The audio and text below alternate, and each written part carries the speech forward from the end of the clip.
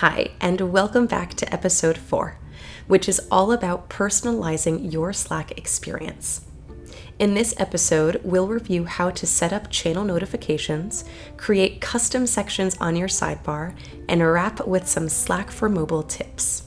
Some quick level setting. Here's where we are in the exclusive NWS Chat 2.0 video training series. This is episode 4. It's all about personalizing your Slack experience. We've already reviewed where to find your personal notifications, but with Slack, you can take things a step further and set up channel-specific notifications. That means you can turn up or turn down notifications for channels you're a member of. Remember, by default, you'll only receive a Slack notification if someone mentions your name or uses the @here or @channel command before their message. Once you've joined a channel, you can right-click on that channel to adjust these notifications more granularly. You can change these settings and have Slack notify you of all messages in a channel, regardless of whether or not you've been specifically mentioned. This might be important and necessary if it is your primary WFO or if you anticipate an active weather week. Conversely, you can mute a channel if you'd like to minimize notifications from that channel. You might do this with a neighboring WFO channel. That way, you can keep an eye on it in your sidebar, but you won't be notified of any new messages. Muted channels are grayed out at the bottom of your channel list. And remember, you can always unmute a channel later by following this same process. Next, we'll review how to customize your sidebar. Hopefully you remember the sidebar from episode 1. If not, here's a refresher.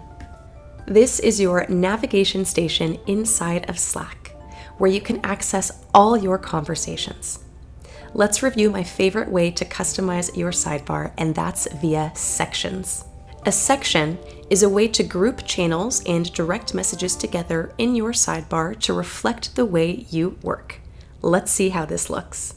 If you take a look at my screen, you can see I have a help section to group together all the help channels I'm a part of.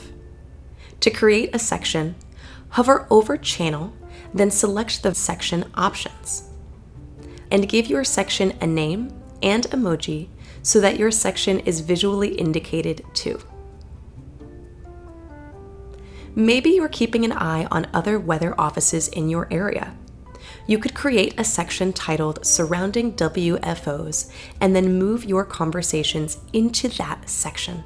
In order to add channels into this section, you can just drag and drop the relevant channels. You can also right-click on a channel and move it into your custom section.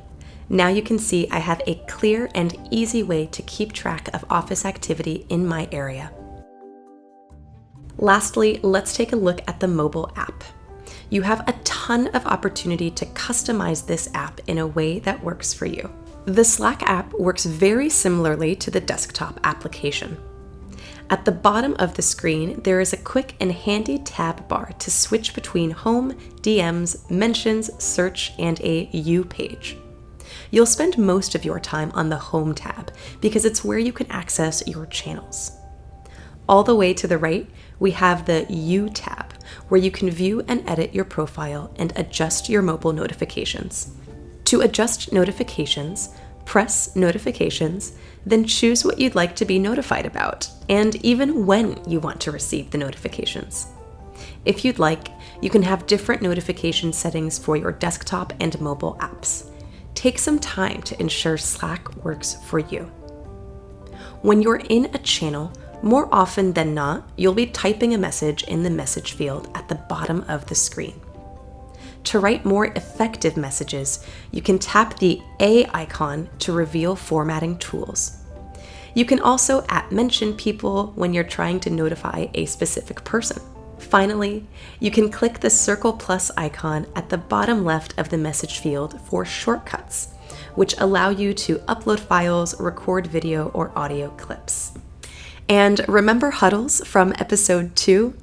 If you want to sync in real time with another person or group of people in a channel, Start or join a huddle by heading up to the top right of the screen and clicking the headphones icon.